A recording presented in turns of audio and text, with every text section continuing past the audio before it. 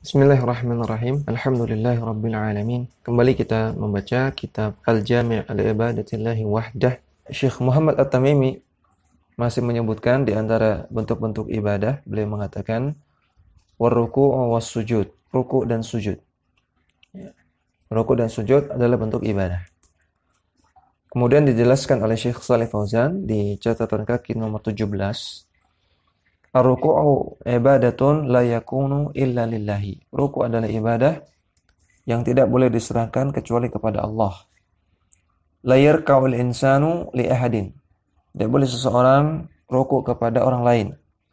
Wa la yakhda'u li ahadin wa la yanhani li ahadin ta'dhiman lahu. Tidak boleh seseorang itu yakhda', membukukan badan. Demikian juga tidak boleh yanhani, sama artinya membukukan badan kepada orang lain, ta'dhiman lahu, untuk mengagungkannya. Fal inhina'u ala wajhi dhulli wa ta'dhimi liman anhala lahu ruku'un. Ya, maka membungkukkan badan dengan bentuk ruku' yang mengandung dhul, perendahan diri, wa ta'dhim, dan pengagungan, liman anhana lahu, kepada orang yang ingin dibungkukkan tersebut, merendahkan diri dan mengagungkan orang tersebut, maka ini adalah ruku'un, merupakan ruku' li ghairillahi azza wa jalla, kepada selain Allah azza wa jalla. Ya, membungkukkan badan kepada orang lain dengan penuh perendahan diri dan penuh pengagungan, ini adalah ruku' kepada selain Allah. Wa la yasjudu illa lillah, dan juga enggak boleh sujud kepada selain Allah. Tidak boleh sujud kecuali hanya kepada Allah. La yasjudu lis-sanami, enggak boleh sujud kepada berhala. Wala lil-qabri, dan juga tidak boleh sujud kepada kuburan. Wala lid-darihi, tidak boleh sujud kepada pemakaman. Wala li'azimin min udhama'i, dan tidak boleh juga sujud kepada orang yang diagungkan dari golongan orang-orang yang agung. Udhama, orang-orang yang agung. Kepada tokoh-tokoh, orang-orang yang diagungkan, siapapun tidak boleh. La yajuzu as-sujudu illa lillahi subhanahu wa ta'ala. Tidak boleh sujud kecuali hanya kepada Allah subhanahu wa ta'ala. Kana al-fursu war-rumu yu'azzimuna mulukahum fayasjuduna lahum. Dahulu orang-orang Persia dan orang-orang Romawi, mereka biasa mengagungkan muluk, raja-raja mereka, dengan cara bersujud kepada mereka. Walamma ra'ahum Mu'adz bin Jabal radhiyallahu anhu. Ketika Mu'adz bin Jabal melihat orang-orang Persia dan orang-orang Romawi tersebut, wa qadama 'ala Nabi sallallahu alaihi wasallam, kemudian setelah itu Mu'adz bertemu Nabi, datang kepada Nabi sallallahu alaihi wasallam. Arada yasjuda lahu. Maka Mu'adz pun ingin sujud kepada Nabi. Karena beliau berpikir bahwasanya orang-orang Romawi mengagungkan orang yang paling mulia di antara mereka dengan cara sujud. Demikian juga orang Persia. Maka Mu'adz punya ide untuk mengagungkan Rasulullah, orang yang ia muliakan, bahkan orang yang paling mulia. Mu'adz ingin sujud kepada Nabi. Namun famana'ahu alaihi salatu wassalam min dzalik. Maka Nabi pun melarang perbuatan Mu'adz tersebut. Wa qala, dan Nabi bersabda sallallahu alaihi wasallam, "Lau kuntu amiran ahadan ayasjuda li ahadin la amartul mar'ata an tasjuda li zawjiha." Andaikan aku boleh untuk memerintahkan seseorang untuk sujud kepada orang lain, maka sungguh aku akan perintahkan seorang wanita, maksudnya para istri, untuk sujud kepada suami dia, untuk sujud kepada suaminya. Ya, maka kata Nabi, andaikan boleh orang itu sujud kepada orang lain, maka aku akan perintahkan istri untuk sujud kepada suaminya. Li'adhami haqqihi 'alaiha, karena betapa besarnya hak seorang suami yang harus ditunaikan oleh istrinya. Ya, maka hadis yang menunjukkan seorang istri hendaknya berbakti kepada suaminya. Ya, benar-benar memperhatikan hak-hak suaminya.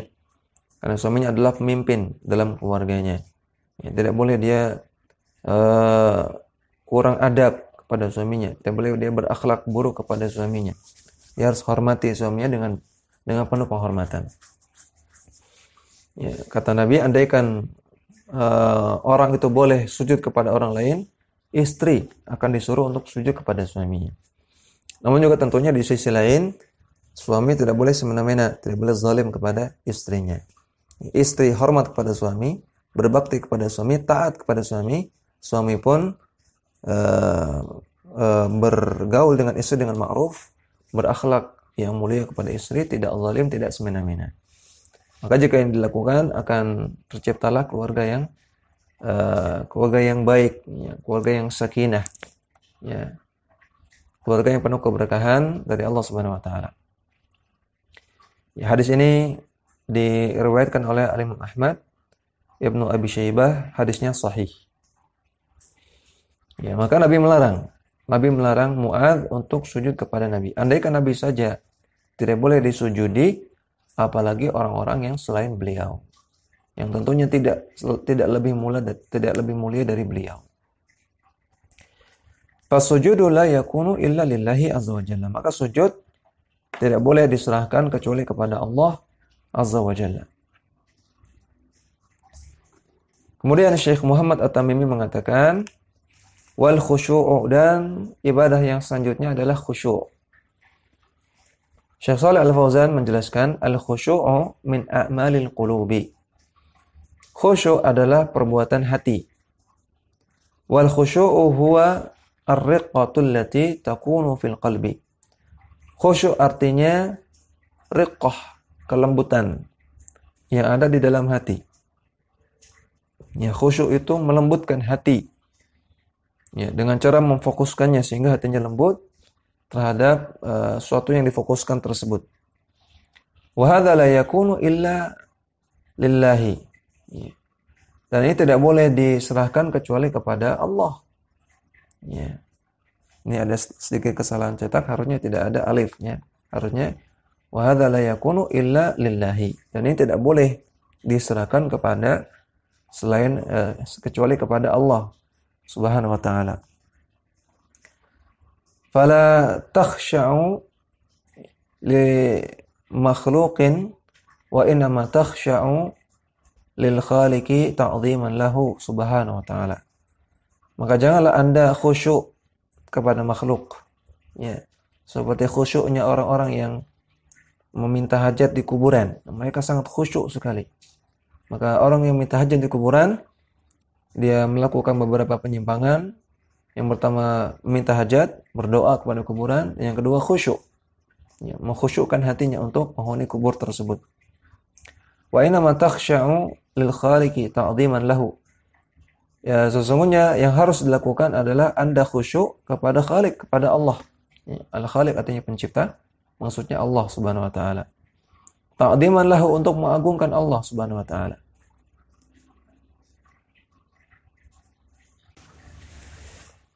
Tariqu lahu wa taftaqiru ilaihi. Anda lembutkan hati Anda kepada Allah Subhanahu wa taala, dan Anda taftaqiru, hadirkan rasa fakir, rasa butuh kepada Allah, ilaihi, kepada Allah. Ya, hadirkan rasa lembut hati, ya, lembutkan hati dan hadirkan perasaan butuh kepada Allah Subhanahu wa taala. Wa tabki min khaufihi wa khasyatihi. Dan hendaknya Anda menangis karena perasaan takut kepada Allah dan perasaan khasyah, perasaan takut kepada Allah Subhanahu wa taala. Allah taala berfirman, "Innal ladzina hum min khasyati rabbihim musyfiqun." Mereka orang-orang beriman adalah orang-orang yang karena mereka takut kepada Rabb mereka, mereka menjadi musyfiqun. Mereka menjadi orang yang lembut hatinya. Ya, karena takut kepada Allah, maka hatinya bergetar, menjadi lembut, dan terkadang sampai menangis. Ya, dalam surat Al-Mu'minun ayat 57. Maka khusyuk adalah salah satu ibadah dan termasuk ibadah hati.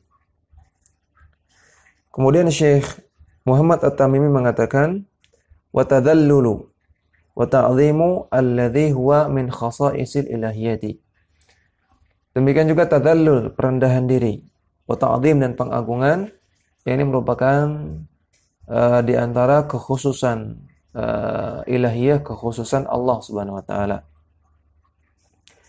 Catatan kaki 19, Syekh Shalih Fauzan mengatakan at-tadallulu wal khudu'. Tadallul artinya khudu', khudu' artinya merendahkan diri. Wa huwa kama sabaqa ruknun min arkanil ibadati. Sebagaimana telah kita jelaskan, khudu' atau tadallul adalah ruknun, salah satu rukun dari rukun-rukun ibadah. Fal ibadatu taduru 'alal hubbi wadh-dhulli. Ibadah itu berporos pada cinta dan dhul, perendahan diri. Wal khaufi war raja'i, takut dan raja, harap. Fala yakunu adh-dhullu illa lillahi subhanahu wa ta'ala, la tadhullu li makhluqin mithlaka. Maka dhul tidak boleh diserahkan kecuali kepada Allah, dan hendaknya Anda tidak dhul, tidak merendahkan diri Anda kepada makhluk yang seperti Anda. Catatan kaki 20, huwa at-ta'zimu alladhi yakunu ma'ahu khudu'un lil mu'azzami. Ta'zim, pengagungan di sini yang terlarang, pengagungan yang berupa ibadah adalah alladhi yakunu ma'ahu khudu'un lil mu'azzami, yang disertai dengan khudu', perendahan diri, ketundukan kepada orang yang diagungkan tersebut. Wa sarfu syai'in min anwa'il ibadati li hadzal mu'azzami, dan juga disertai memalingkan salah satu jenis ibadah kepada orang yang diagungkan ini. Wa sarfu hadzal naw'i min at-ta'zimi li ghairillahi syirkun billahi azza wa jalla. Dan memalingkan salah satu bentuk pengagungan seperti ini merupakan, atau sarfu hadzal naw'i min at-ta'zim, menyerahkan bentuk pengagungan yang seperti ini, ya, yang disertai dengan khudu' tadi, atau disertai ibadah, ya, kalau pengagungan yang demikian dan diserahkan kepada selain Allah, maka merupakan syirkun billahi azza wa jalla, merupakan kesyirikan kepada Allah azza wa jalla. Kemudian Syekh Muhammad At-Tamimi mengatakan wadalilud du'ai, dan dalil doa.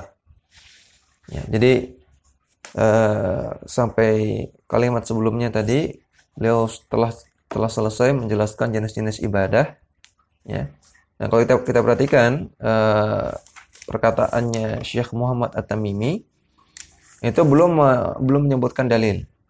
Ya, baru menyebutkan jenis-jenis ibadah. Walaupun di syarahnya, di penjelasannya Syekh Shalih Fauzan, ya, Syekh Shalih Fauzan sudah menyebutkan beberapa dalil. Namun perkataannya Syekh Muhammad At-Tamimi belum menyertakan dalil. Nah, maka sekarang beliau menyebutkan dalil-dalilnya dari masing-masing ibadah yang tadi yang sebelum-sebelumnya disebutkan. Ya, maka setelah ini akan disebutkan kembali beberapa ibadah yang sudah pernah kita sebutkan, doa, isti'anah, istighatsah, dan seterusnya. Ya, mungkin akan kita ulang lagi sedikit definisi-definisinya. Namun yang jelas di sini Syekh Muhammad At-Tamimi ingin menyertakan dalil-dalil. Ya. Dalil-dalil yang menunjukkan bahwasanya perbuatan-perbuatan tersebut adalah ibadah kepada Allah Subhanahu wa taala.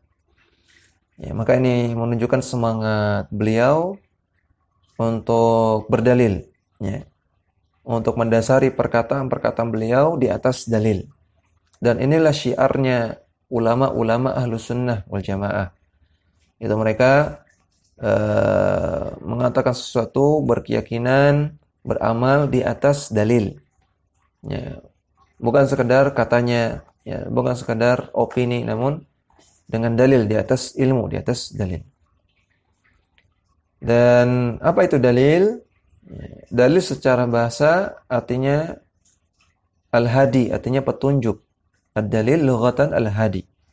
Secara bahasa, dalil itu artinya sesuatu yang menunjukkan, ya, secara bahasa. Secara istilah, dalil artinya ma yastadillu bin nadhari as-sahihi fihi ala hukmin syar'iyyin. Ya. sesuatu yang menunjukkan kepada nazar as-sahih, kepada suatu kesimpulan yang benar, ya, ala hukmin syar'iyyin, untuk menghasilkan hukum syar'i. Sesuatu yang menunjukkan kepada kesimpulan yang benar, yaitu berupa hukum syar'i. Itu dalil, ya. Atau secara ringkasnya dalil itu bukti, ya. Dalil itu yang menunjukkan kebenaran, ya. Dalil itu sumber hukum, ya. Maka syiar Ahlussunnah adalah beramal, berkeyakinan di atas dalil. Dan dalil yang disepakati oleh para ulama itu 4, ya, yaitu Al-Quran, kemudian Al-Hadits, kemudian Al-Ijma' dan Qiyas. Ini 4 dalil yang disepakati. Dan ada dalil-dalil yang mukhtalaf alaih, dalil-dalil yang diperselisihkan oleh ulama. Di antaranya qaulus sahabi, pendapat sahabat Nabi. Demikian juga syar'un man qablana, syariat-syariat umat-umat terdahulu. Ya, demikian juga al-istishab.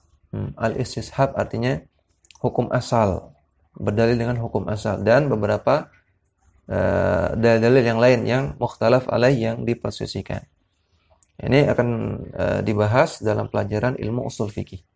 Namun yang disepakati sebagai dalil itu 4. Al-Quran, hadis, ijma' ulama, kesepakatan ulama, dan qiyas. Ya.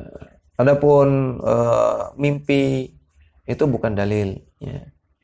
Adapun kisah-kisah, dongeng-dongeng itu bukan dalil, ya. Pendapat ulama itu bukan dalil. Praktek kebanyakan orang, praktek kebanyakan masyarakat itu juga bukan dalil.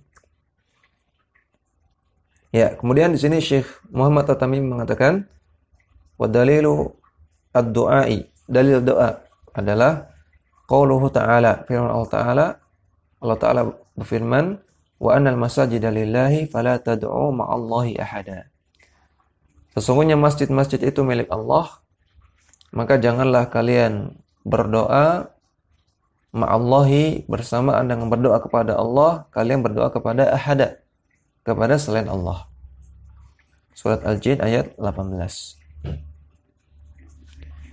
Syekh Shalih Fauzan mengatakan di catatan kaki 21, lamma dzakara ahamma anwa'il ibadati arada ay yastadilla likulli naw'in min hadhihi al-anwa'i. Ketika beliau penulis sudah menyebutkan yang paling penting dari jenis-jenis ibadah yang paling penting, maka beliau ingin menyebutkan dalilnya untuk setiap jenis dari ibadah tersebut. Li'annal kalama biduni dalilin la yuqbalu. Karena sekedar berkata tanpa dalil, maksudnya dalam masalah agama, ngomong dalam masalah agama tanpa dalil, la yuqbalu, tidak bisa diterima. Li'asiyamal kalamu fi hadzal amril azimi al-muhimmi. Lebih-lebih lagi perkataan dalam permasalahan yang azim, yang penting, dan muhim, yang penting. Wa huwa al-kalamu fil ibadati, yaitu perkataan tentang ibadah, ya, pembahasan tentang ibadah. Li'anna al-ibadati tauqifiyatun, karena ibadah itu tauqifiyah. Apa arti tauqifiyah? La yuf'alu minha syai'un illa bidalilin. Tidak boleh dilakukan sedikit pun kecuali kalau ada dalilnya. Itu arti tauqifiyah. Tauqif dari kata-kata waqaf. Waqaf artinya berhenti. Maka ketika kita mendapatkan suatu ibadah baru, kita berhenti dulu. Jangan lakukan. Dapat share-sharean, ada amalan baru, ibadah baru, ritual baru, maka berhenti, jangan amalkan. Illa bidalil, kecuali kalau ada dalilnya. Kalau ada dalil yang sahih, baru kita amalkan.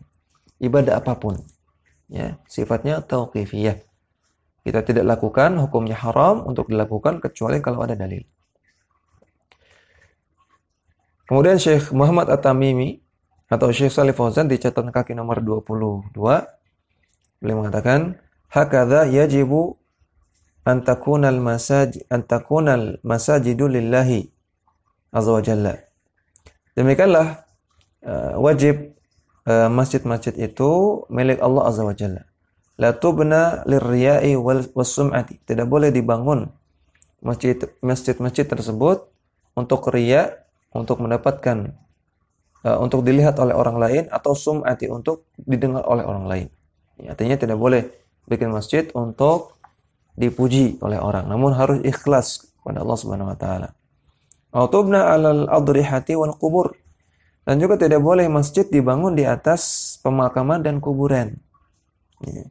Kuburan kemudian ditaruh masjid di sana. Ya. Atau kuburan di tengahnya ada masjid. Ini tidak diperbolehkan. Inama tubna li'ibadatillahi wahdahu la syarika lahu. Masjid dibangun untuk beribadah kepada Allah, tidak boleh ada sekutu bagi Allah dalam ibadahnya. Fahiya buyutullahi, maka masjid itu adalah rumah-rumah Allah. Allah katakan fala tad'u ma'allahi ahada. Janganlah kalian berdoa bersamaan dengan berdoa kepada Allah, kalian berdoa kepada ahada, kepada selain Allah. Hadza mahalus syahid. Hadza mahalus syahid, inilah inti pendalilannya. Mahalus syahid artinya inti pendalilan. Ya. Di sini kan Syekh ingin menyebutkan dalil tentang doa. Maka inti dari pendalilannya adalah fala tad'u ma'allahi ahada. Di situ. Haitsu naha ayyud'a ma'hu ghairahu. Yaitu ketika Allah Ta'ala melarang kita berdoa bersamaan dengan berdoa kepada Allah, kita berdoa kepada selain Allah.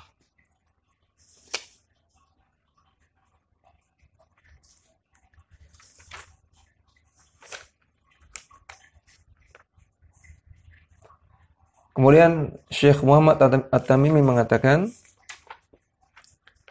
wa qauluhu ta'ala, dan firman Allah Ta'ala, lahu da'watul haqqi. Ya. Hanya kepada Allah lah doa-doa yang hak. Walladzina yad'una min dunihi la yastajibuna lahum bi syai'in. Dan orang-orang yang berdoa kepada selain Allah, maka tidak akan Allah kabulkan sama sekali.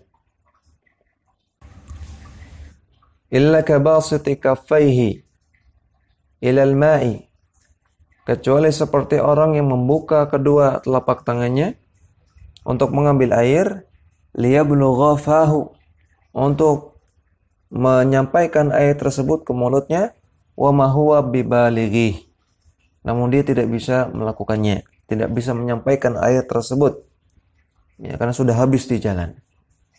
Maka demikianlah Allah permisalkan orang yang berdoa kepada selain Allah, seperti orang yang meraup air, ingin diminumkan ke mulutnya, namun belum sampai ke mulutnya airnya sudah habis.